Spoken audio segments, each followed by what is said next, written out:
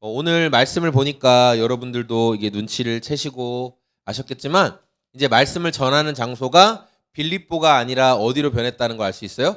데살로니가 맞습니다. 그래서 빨간 박스 안에 이제 데살로니가 빌립보에서 좀 떨어진 거리에 있는 데살로니가라는 지역입니다. 자, 여기 데살로니가가 더 잘 보이죠? 이제 빌립보에서 좀 아래쪽에 데살로니가가 있는데 바울과 선교팀이 이제 빌립보에서 데살로니가로 가기까지 뭐 암비볼리와 아볼로니아 지역을 지났다 이제 이런 이야기가 있잖아요.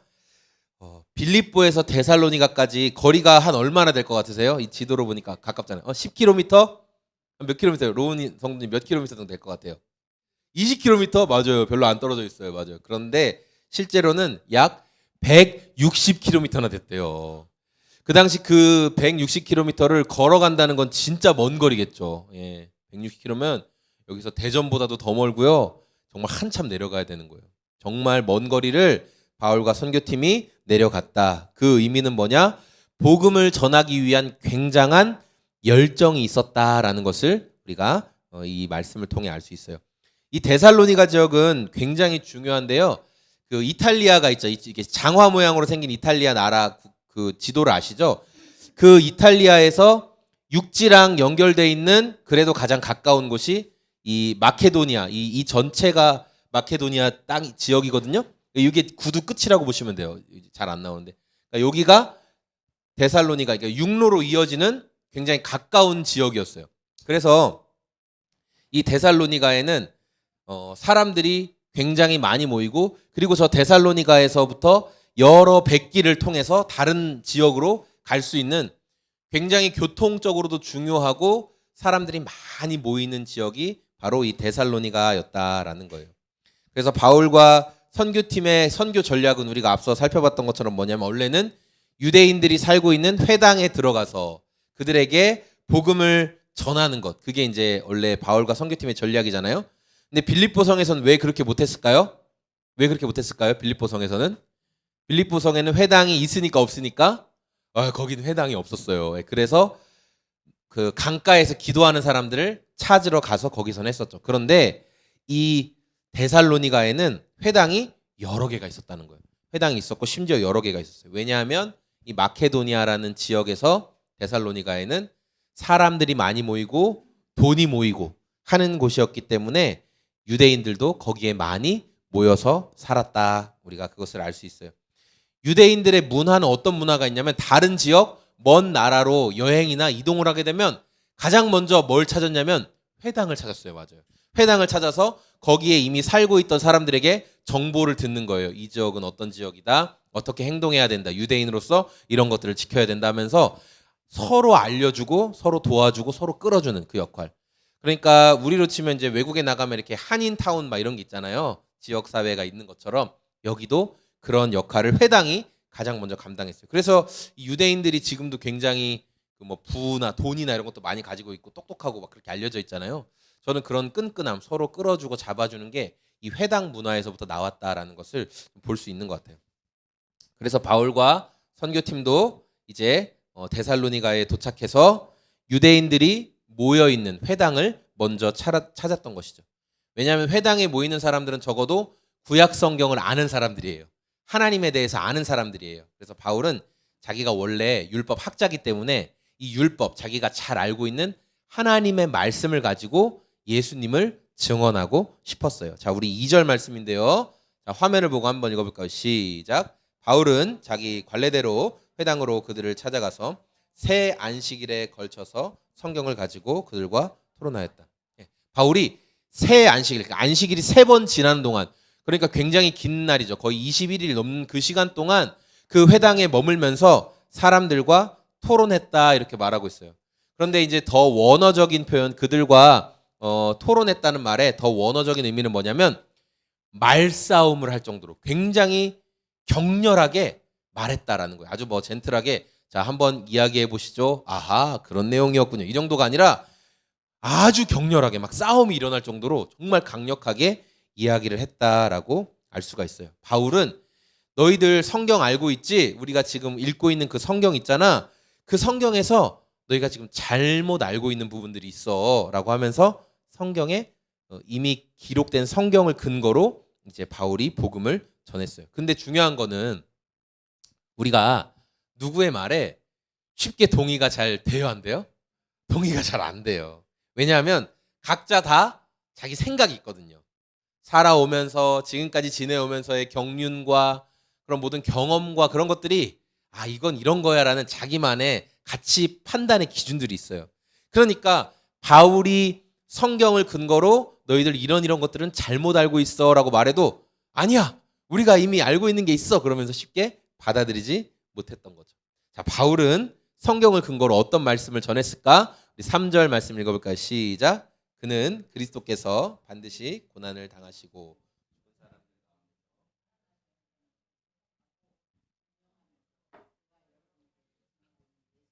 바로 아멘. 바울이 전한 것은 예수님이 누구다? 예수님이 누구다? 메시아 구원 그리스도다. 맞아요. 여러분 여기 적혀 있지도 않은 걸 알고 계시네요. 요 성경의 원래는 예수님이 메시아다, 그리스도다 이게 같이 이렇게 나오고 있어요. 그래서 그동안 이 바울이 누구보다 율법을 잘 알고 있었기 때문에 이 구약 성경을 딱 보여주면서 조목조목 따져가면서 이사야가 말한 건 누구고 우리 스가랴 선지자가 말한 건 누구고 하면서 정말 조목조목 다 알려 주었어요. 하나님께서 보내시기로 한 그 메시아가 바로 예수님이시다라는 것을 분명하게 말하고 있었어요. 자, 데살로니가에 살고 있던 유대인들 중에서 이제 예수님에 대한 이야기를 들었던 사람들이 있거든요. 그러니까 이 사람들도 유대 출신이기 때문에 예수님에 대해서 알고 있었어요. 그런데 이 사람들이 예수님에 대해서 어떻게 생각하고 있었냐 하면은 예수는 우리 유대인들을 혼란케 한 종교 사기꾼이다. 유대인들이 이렇게 알고 있었어요. 왜냐하면은 우리가 앞서 우리가 마태복음 예전에 자세하게 살펴봤잖아요. 그 4개의 복음서에서 예수님의 죽음과 부활에 대해서 말하고 있는데 그때 종교 지도자들이 예수님의 그 죽으셨던 무덤을 지키는 군인들에게 뭐라고 거짓말을 시켰거든요. 그게 마태복음 28장에 나오고 있어요. 우리 한번 좀 길지만 같이 한번 읽어볼게요. 시작. 제자들이 가는데 경비병 가운데 몇 사람이 성 안으로 들어가서 일어난 일을 모두 대제사장들에게 보고하였다. 대제사장들은 장로들과 함께 모여 의논한 끝에 병사들에게 은돈을 많이 집어주고 말하였다. 예수의 제자들이 밤중에 와서 우리가 잠든 사이에 시체를 훔쳐갔다 하고 말하여라. 이 소문이 총독의 귀에 들어가게 되더라도 우리가 잘 말해서 너희에게 아무 해가 미치지 않게 해주겠다. 그들은 돈을 받고서 시키는 대로 하였다. 그리고 이 말이 오늘까지 유대인들 사이에 널리 퍼져 있다. 예. 그러니까 예수님의 무덤을 지켰던 그 병사들이 있거든요. 그런데 이 병사들이 예수님이 부활하실 때 그때 이제 성경에 기록하기는 정말 하늘로부터 강력한 빛이 임하고 예수님의 거기 이제 막 천사가 나타났다 그렇게 기록한 사람도 있고 너무나 광채가 나고 빛이 나서 그 사람들이 다 기절했어요. 죽은 사람처럼 됐어요. 그 병사들이 이렇게 지키던 사람들이 거기에 제대로 서 있을 수 없었거든요. 그래서 그들이 깨어나서 보니까 무덤은 텅 비어 있었고 예수님의 옷은 잘 개져 있었고 그러니까 이 사람들이 어떻게 할지를 모르는 상황이 지금 닥치게 된 거예요. 만약에 예수님께서 정말 죽으시고 부활하셨다라는 소식이 이제 유대 땅에 알려지면 예수님을 죽이기로 계획했던 종교 지도자들도 문제가 생기고 또 그 일을 진행했던 빌라도와 로마의 군인들도 큰 문제가 생기는 거예요. 너희는 능력이 없구나. 유대를 니네가 통치할 너 힘이 없구나. 이렇게 둘 다에게 문제가 생기는 거예요. 그래서 이 병사들이 종교 지도자들을 찾아가니까 그 유대에 예수님을 죽이기로 했던 종교 지도자들이 뇌물을 주면서 야 너희들을 이렇게 잘 지키고 있었는데 예수의 제자들이 와서 니네가 잠깐 자리 비운 사이에 시체를 훔쳐갔다고 말해라. 우리가 뒷일은 다 책임지마. 그러면서 돈을 많이 줬어요. 야 돈까지 받고 입만 싹 닫으면 돼. 이렇게 이야기를 했던 거죠. 근데 여러분 이 말이 얼마나 큰 거짓말인지 우리가 조금만 생각해봐도 알 수 있어요. 뭐냐면 우리가 아까 바울과 실라 이야기를 앞에 살펴봤는데 간수들과 군인들이 지켜야 될 대상, 지켜야 될 그 죄수들을 제대로 지키지 못하고 놓치면 어떤 일이 생겨요? 사형당해요. 누가 죽어요? 죄수가 죽어요? 자기가 죽어요? 자기가 죽어요. 이 사람을 놓치면, 이 사람을 잃어버리면 내가 죽는다고요. 그런데 내가 죽을 걸 알면서도 잠자러 가는 사람이 있을까 없을까요? 그런 사람은 없어요. 잠보다 내가 죽지 않는 게 더 중요하거든요. 네. 그런데 군인들이 했던 말, 예수의 제자들이 밤중에 와서 잠든 우리가 잠든 사이에 시체를 훔쳤다. 그렇게 말하라고 하는 거예요. 이게 말이 안 되는 소리잖아요. 그리고 예수님의 제자들이 막 군인이었어요. 우리 로이처럼 막 쿠도를 배워가지고 막 한 방에 빡 군사들을 날려버릴 그런 힘이 있는 사람들이었어요? 어떤 사람들이었어요? 예수님의 제자들? 어디 출신이에요? 무슨 출신? 유대 출신에 뭐 하던 사람들? 보통 물고기들이었어요? 물고기 잡던 사람. 어부 맞아요. 어부들이었어요. 뭐 어부들이나 그냥 평범한 사람들이 많았어요. 그리고 예수님이 십자가에 잡히시던, 예수님이 그냥 군인들이 예수님 잡아갈 때 제자들이 다 막 칼을 빼들고 11명이 전부 다 서가지고 유다 이 배신자 우리는 끝까지 예수님과 함께 싸울 거야 그랬어요? 아니면 다 도망갔어요? 예, 아마 요한은 남아 있었겠지만 어쨌든 다 도망갔어요. 그런 제자들이 예수님이 살아계실 때도 예수님을 안 지켰던 제자들이 이미 돌아가신 예수님, 그 시체만 남은 예수님을 목숨 걸고 지킨다고요? 그런 일이 있을까 없을까요? 그런 일은 없어요. 그런데 이렇게 너무나 분명하고 우리 어린 성도들도 알 만큼 저 말은 거짓말이었지만, 예수님이 부활하신 게 맞고 시체를 훔쳐갔다는 것은 거짓말인 것이 분명했지만, 그러나 유대교 지도자들이 돈도 주고 입막음도 잘해서 유대인들 사이에서는 예수의 제자들이 시체를 훔쳐갔다, 그 소문이 그냥 널리 퍼졌다라는 거예요. 그러니까 바울이 오늘 우리 3절에서 말한 것처럼 예수님이 죽으시고 부활하신 예수님이 메시아다, 구원자다 그렇게 말해도 유대인들이 그것을 쉽게 못 받아들인 거예요. 근데 되게 중요한 거는 복음에는 능력이 있거든요. 그래서 하나님의 말씀을, 성경 말씀을 귀 기울여 들으면 하나님께서 그 사람에게 믿음을 선물로 주세요. 믿음을 선물로 주세요. 그래서 4절 말씀을 보니까 몇 사람들이 이 바울의 말을 그 말이 옳다, 그게 믿어진 거예요. 아 그래 진짜 맞네, 저 말이 나는 믿어지네 하면서 믿음을 가진 사람들이 생겼다. 그리고 그 중에는 귀부인들, 이렇게 높은 지위에 있는 여인들, 부인들도 예수님을 믿게 되었다라고 성경은 기록하고 있어요. 이렇게 어떤 사람들이 복음을 받아들이고 예수님께 돌아오는 일도 있었지만 정반대의 상황이 5절에 기록되어 있는데, 우리 5절 말씀 한번 읽어볼까요? 시작. 그러나 유대 사람들은 시기하여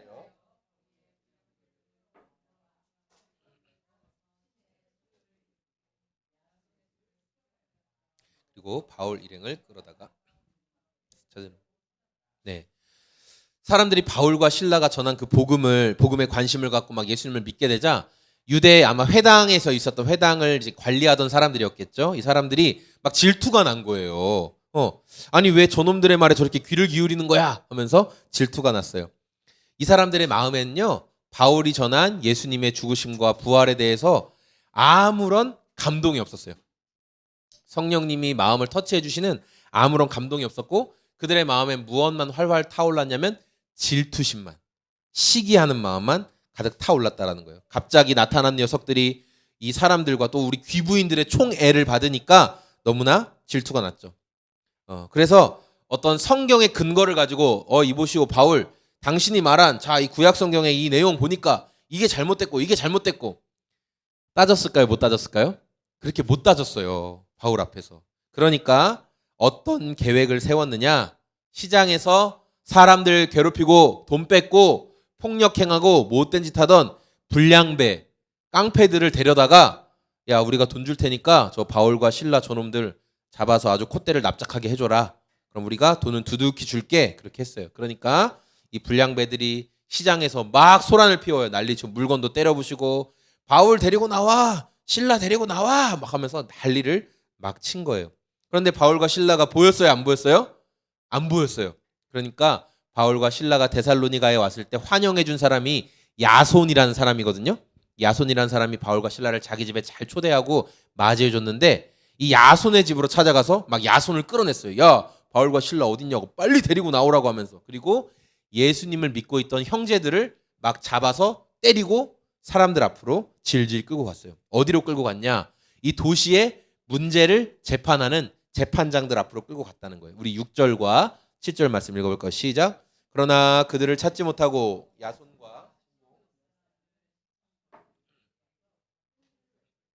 세상을 소란하게 한 그 사람들이 여기에도 나타났습니다. 그런데 야손이 그런데 야손이 그들을 영접하였습니다. 그 사람들은 모두 예수라는 또 다른 왕이 있다고 말하면서 황제의 명령을 거슬려 행동합니다. 아멘. 불량배들과 유대 종교 지도자들이 한편이 돼서 이제 바울과 실라를 쫓아내려고 하는데 그들이 고발한 내용은 바로 이 7절에 나오는 것처럼 예수라는 또 다른 왕이 있다. 그들이 예수라는 또 다른 왕을 가르치더라. 그 내용을 말하고 있는 거예요. 여러분 혹시 그 팍스 로마나라는 말 들어보셨어요? 팍스 로마나? 예, 이게 로마의 평화라는 것을 뜻하는 말인데요. 여기 지도에 보시면 연두 색깔 부분이 보이시죠? 연두 색깔로 되어 있는 부분이 있는데 저게 여기 옆에 나오죠? 로마 제국의 최대 영토. 로마가 진짜 잘 나갈 때 이렇게 유럽에서부터 여기 아시아 지역까지를 예루살렘 이게 아시아잖아요.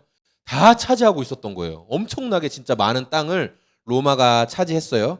그러니까 로마가 이렇게 엄청나게 많은 대륙과 나라들을 다 차지하고 있으니까 그동안 전쟁이 일어날 일이 없는 거예요.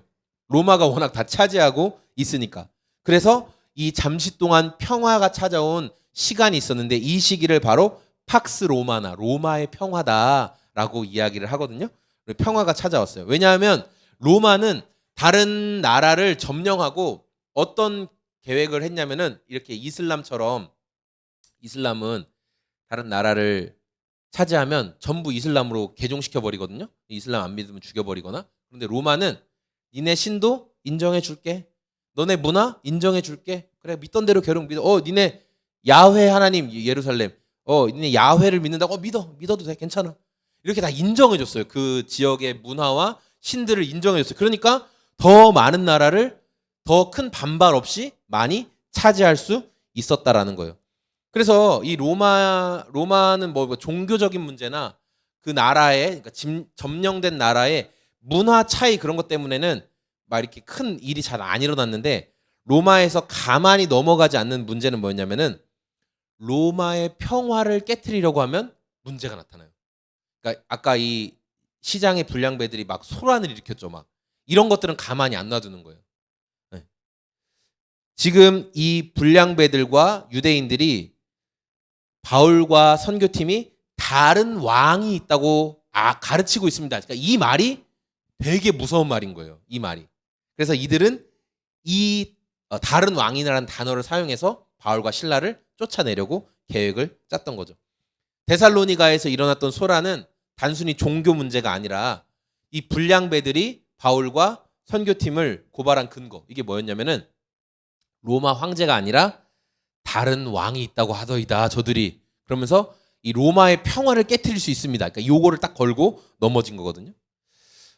근데 우리는 이제 이 말씀을 근거로 우리의 삶을 볼 때 우리는 여전히 이 로마 황제가 다스리는 것 같은 이 권력과 통치 아래 살고 싶어 해요. 그래서 이 로마 황제가 힘으로 뭔가 통치하고 있을 때 되게 평화를 누리는 것 같아요. 예.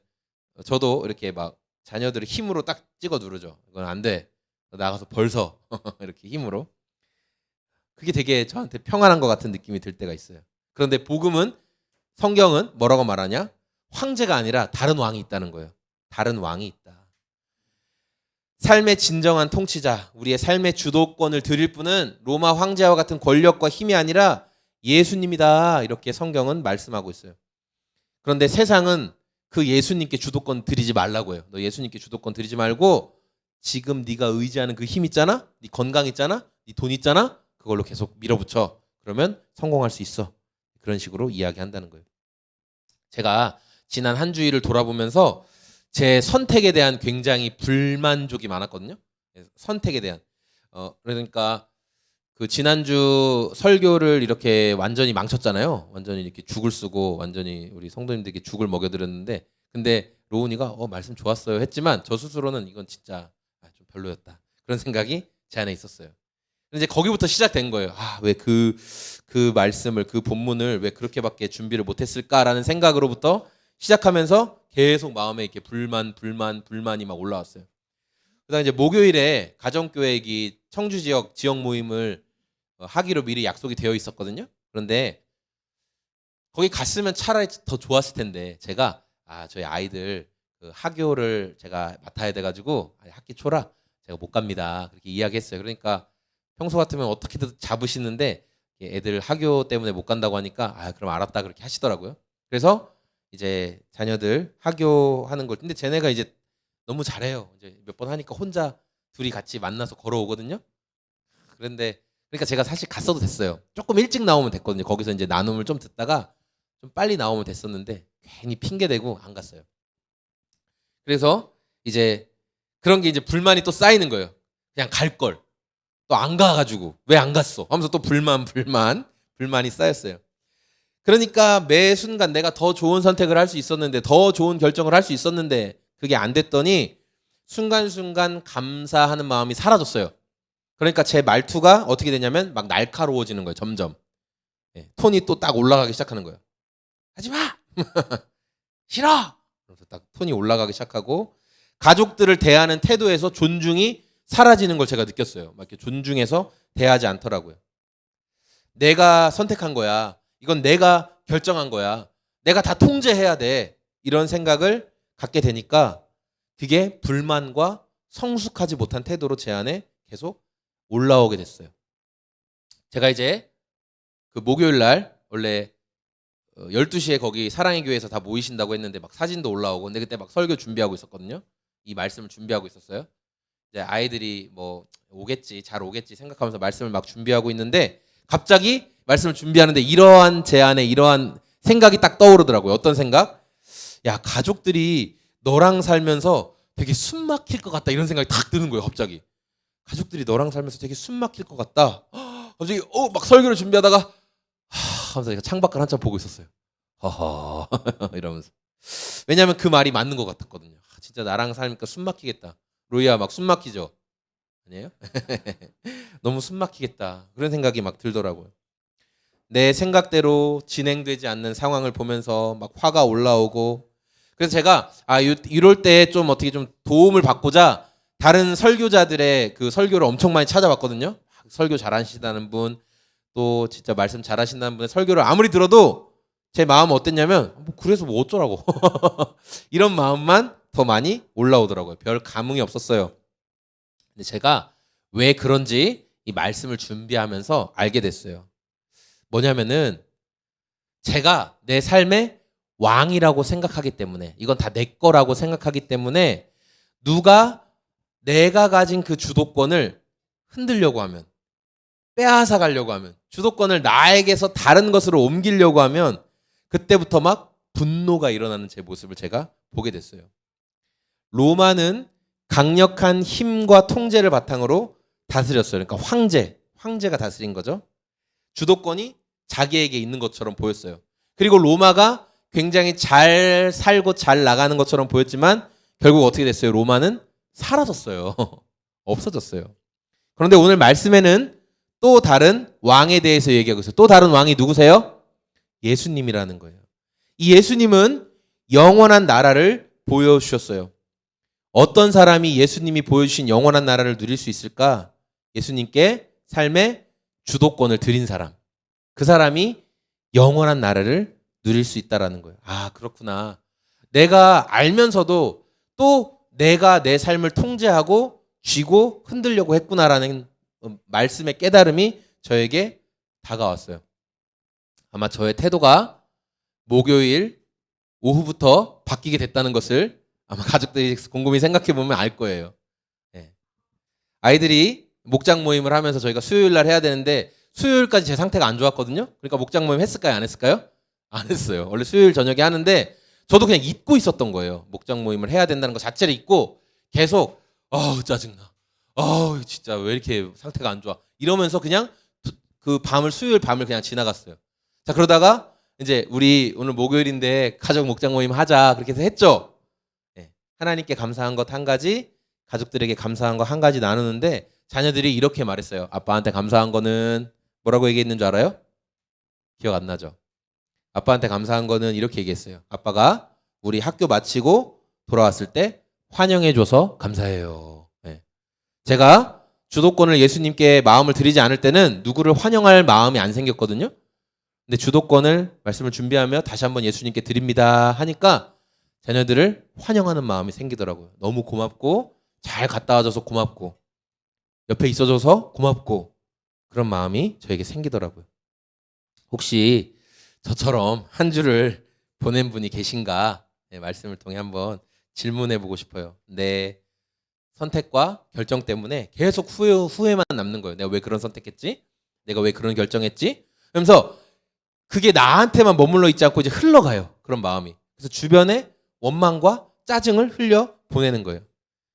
혹시 그런 상황에 있는 분이시라면요. 지금이 어떤 때냐면 내가 왕으로 살고 있나?